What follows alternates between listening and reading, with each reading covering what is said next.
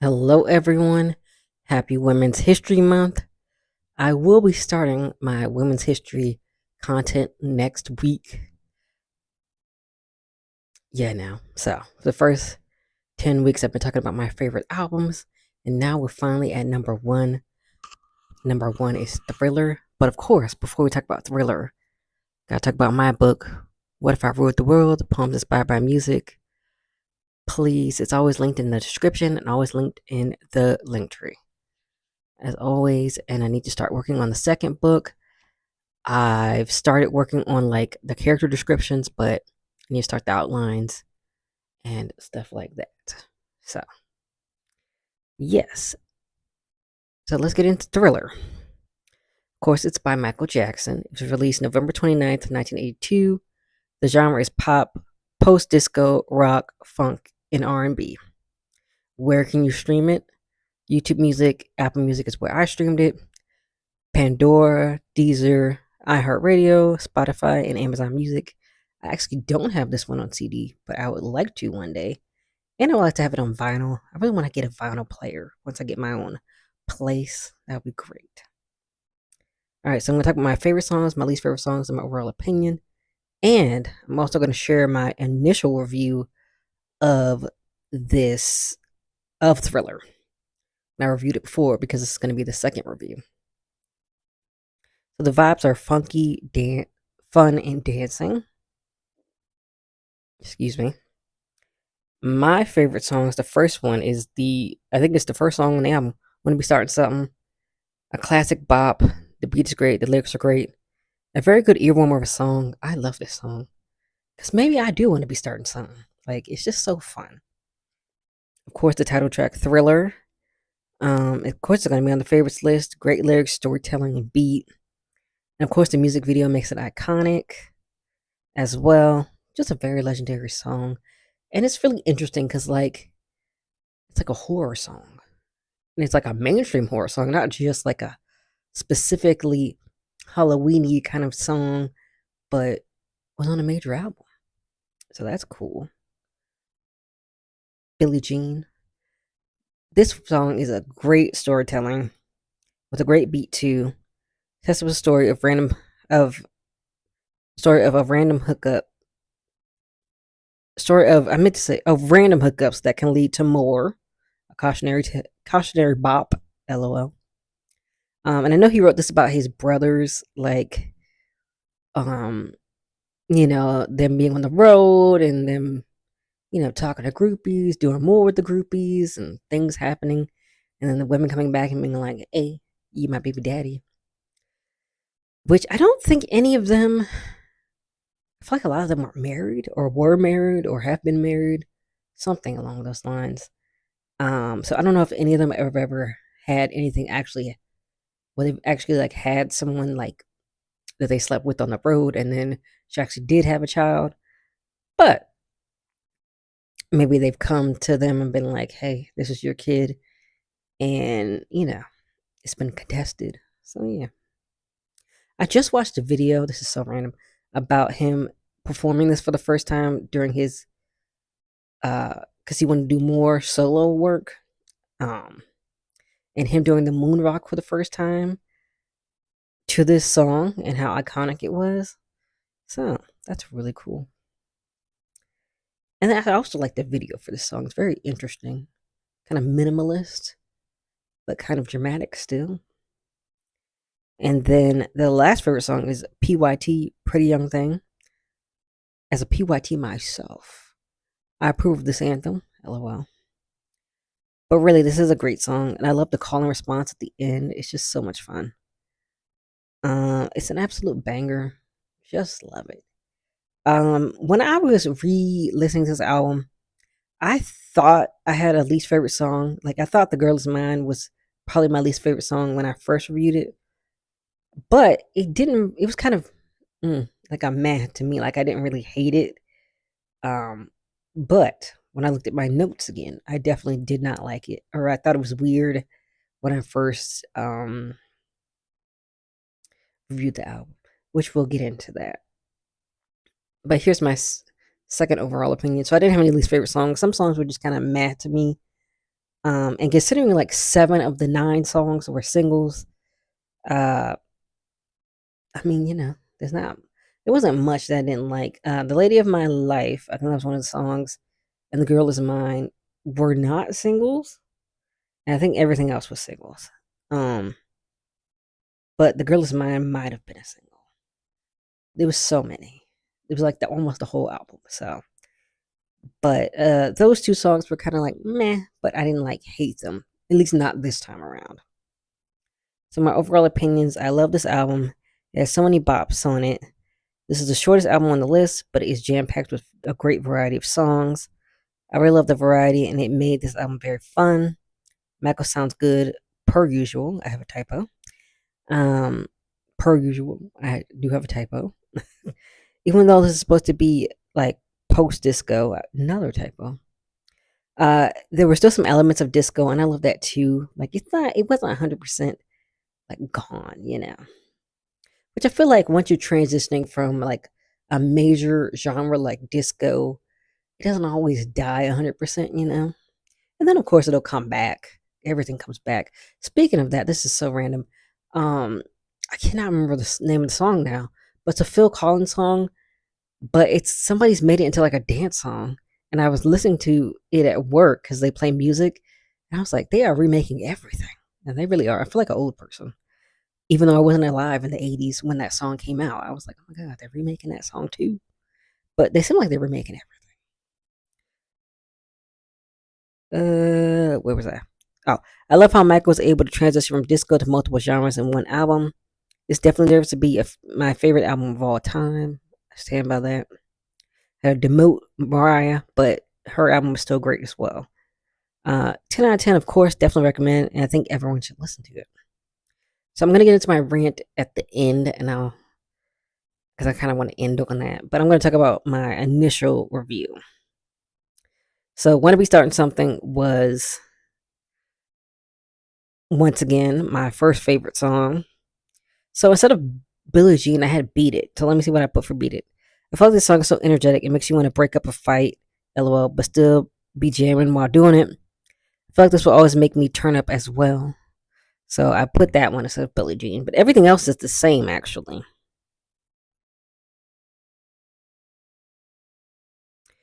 Um, I talk about and want to be starting something. Let me just read the description, what I said. Oh, my vibes the first time were versatile, groovy, and funky, which are kind of disco y adjectives. But want to be starting something. This was a great intro to the album. Captures your dance muscles immediately. LOL. I also love the chant at the end and the clapping. It makes me turn up. I really get into the song then. Love this absolute, love this jam. Absolute bopping bop. Woo, say that 5 times fast. Um, Thriller. I love the song was so different from anything Michael made before, and of course the video is iconic, which is basically what I said. It's also a very boppy bop. And it was so captivating to have this creepy theme, but still have a danceable track. I talked about Beat It. Uh, PYT, another classic Michael song. I was yelling the chant back towards the end. I was very into it. It really makes you feel so pretty and desirable, as if Michael really wanted women to feel good when they heard the song. And then I did have a least favorite song, which was The Girl Is Mine, featuring Paul McCartney. So I wrote, for me, this was very random pairing, but I think they were friends at some point, and Michael ended up buying the Beatles catalog eventually, which is crazy. It seemed funny to think they would fight over the same type of woman, but I could potentially see it happening because Michael was with a lot of white women. So, and I don't think Paul McCartney was ever with any black women. So, could be a possibility. So, my overall opinion the last time was I feel like this album had so many classic Michael songs. I even enjoyed the slower songs on here more. I was comparing it to Off the Wall and Bad, I think. Yeah, I think so. I enjoyed more songs than I even once again have a typo. Then I even put on my favorites list, have a typo in my old one as well. I liked more of the album than I disliked, even though it wasn't really like I hated any of the songs. The song with Paul McCartney was weird to me, but not bad. I figured I would like this album the most, and I will say I still might. So I gave it a 10 out of 10, even though every song wasn't my favorite. I feel like this is a classic, and I loved most of it overall. That was my initial um, overall opinion. So yeah, but it still holds up. It's a 10 out of 10. I would like to listen to the 25th anniversary version. It has a lot of demos on it. But it was like 2 hours long with the demo, and I was like, oh my gosh. I don't think I'm gonna break down every single thing for one video on a 2 hour long album. Or maybe I will at some point, but it was not gonna be this week because I was like, oh my gosh. But I would do want to hear the bonus material because that will probably be good. So the first time I reviewed those three albums, I wrote a poem called Ode to Michael. It was by Thriller. So here it is. You were thrilling to witness, the baddest to ever do it. You moonwalked into our hearts. You snatched our attentions with your shiny glove. You had us all starting something on the dance floor. We didn't want you to beat it. You were the smooth criminal that always stole the show. To me and many others, there'll never be another like you. There really doesn't have to be, because some people are one of a kind. So let's lead into my rant that I wrote for this video, which is called Gentle Parenting versus Becoming a Superstar. So I probably saw this on Twitter, maybe Instagram, one of those. But basically, I've seen several posts about how there can never be another superstar like Michael Jackson because parenting styles have changed. And I personally totally disagree with that. And unfortunately, family vlogging, supposed to be, I put blogging, vlogging because you're videoing, vlogging being big child exploitation. I guess I'm going to say being a big child exploitation. I don't know what I'm trying to say. Basically. Oh, okay. I needed a comma. So family vlogging being big, child exploitation is still a thing. There's supposed to be a comma in there. That's why that doesn't make any sense. But basically, there's still child exploitation even if, the parenting styles have changed. And I think even if if a child is gentle parented, they can still be encouraged to pursue their dreams without the threat of being beaten. I think they could. I just think a lot of people are realizing um, having children work at such young ages like the Jacksons isn't beneficial to the child's development, unlike, family vlogging or family vloggers. So excluding them, I have heard that when children aren't the breadwinners and are able to work just because they want to, they're not exploited as much as other children. I'm trying to remember. There was like a famous, I cannot remember, but I feel like people were comparing like different actresses and were like, oh, their family had money, so they didn't really have to work, but they just did, and so they didn't have as many like traumatic experiences or felt exploited. Um, Unlike, for example, Britney Spears became the breadwinner for her family, and then Jeanette McCurdy, the same thing. I actually read the audio. I listened to audiobook versions of their autobiographies last year, and those are definitely two examples of, you know, children being the breadwinners when they should not have been. I think we could have someone who is almost as big as Michael Jackson, but I don't think anyone could ever be as famous as he was and still is. However, I don't think the parenting style changing will negatively affect child prodigies. I think as long as they're not the breadwinners and have pressure to succeed in order to support their family, they could become superstars still. So yeah, I don't think that like because people are gentle parented, that doesn't mean that they're gonna be pushing themselves to like not succeed or and also I feel like when people say gentle parenting, they think of like bad kids and like kids who just do whatever they want and not kids who are guided without being hit, which is basically what gentle parenting is like, using other techniques other than just violence. And I feel like it gets because it's called gentle, it gets a bad rap as if like your kid's just gonna be out of control. Um, which is not the case. But yeah, I really think and also people brought up Beyonce. Now I have no idea if she got hit by Matthew or Miss Tina, but it didn't I don't know. I don't know if they would ever actually like admit that like yes, my parents hit me. I don't know. I feel like that might not be a good look, but um and I guess they also mean because yeah, for the Beyonce example, I don't really know because we don't really know if she was getting hit, but we definitely know for the Jacksons they were. Um, but I don't think that that's what it would take now. Like, I feel like you can be a gentle parent and like have your child perfect their craft without force. I really feel like they could do that. Like, I don't think you have to have this old school um mindset of, you know, beating your kids just so they can succeed. Like, I don't think that's necessary anymore. I don't think anybody's ever going to be as big as Michael Jackson, of course, but I don't think that you can't not be famous because you never got hit. Um, and we have a lot of people who are, you know, superstars. I was about to give an example, but I think she was getting hit. I was about to say Glorilla, but I feel like she's told a story about how she was homeschooled and got in trouble and stuff. And her mom was very religious. So that might not, she might not be the best example. I'm trying to think of anybody else. uh, I guess, I guess since we don't know everybody's upbringing, but there's been so much stuff about the Jacksons, it's hard to like say, you know, unless they come out and say, yeah, we had this traumatic childhood and our, you know, parents did this to us. But unfortunately, we are seeing very traumatic upbringings with family vloggers.